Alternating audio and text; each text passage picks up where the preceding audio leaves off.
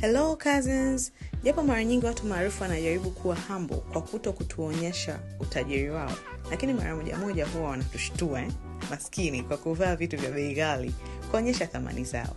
Toka mwaka 2025 umeanza, tumeona hawa watu wachache wakiwa wamebeba handbags za pesa ndefu kidogo cousins. Tuanze na dada wa taifa Mange Kimambi ambaye alizawadiwa hii Louis Vuitton Capucines BB handbag yenye rangi ya emerald ambayo ni bold and feminine handbag. Hii inafaa kwa matumizi mbalimbali kwa kuwa ni medium size. Unaweza ukabeba kazini ukiwa na casual meetings, brunch au hata kwenda kwenye business meetings. Inauzwa $7,000 sawa na shilingi milioni 18,228 cousins.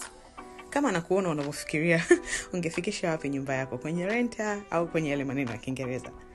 Mwingine tuliyemuona ni Nandy. Yes, Nandy alisema wapari ni wabaili jamani, labda kwenye vitu asivyovipenda. Nandy alionekana na hii Louis Vuitton Babylon Tote PM bag inayouzwa $3,350 sasa na milioni 8,723,400. Kwenye receipt yake inaonekana 12,000. Tunajua mtajiuliza kwa nini.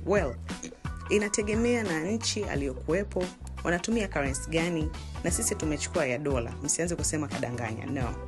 Na wa mwisho ni Mwamvita Makamba ambaye tuliona amebeba medium Lady Dior bag ambayo huuzwa €6,500 sasa na milioni 18,500,500. Lakini pia alibeba this Gucci tote bag ambayo tumejaribu kutafuta exactly bei yake lakini tumekosa.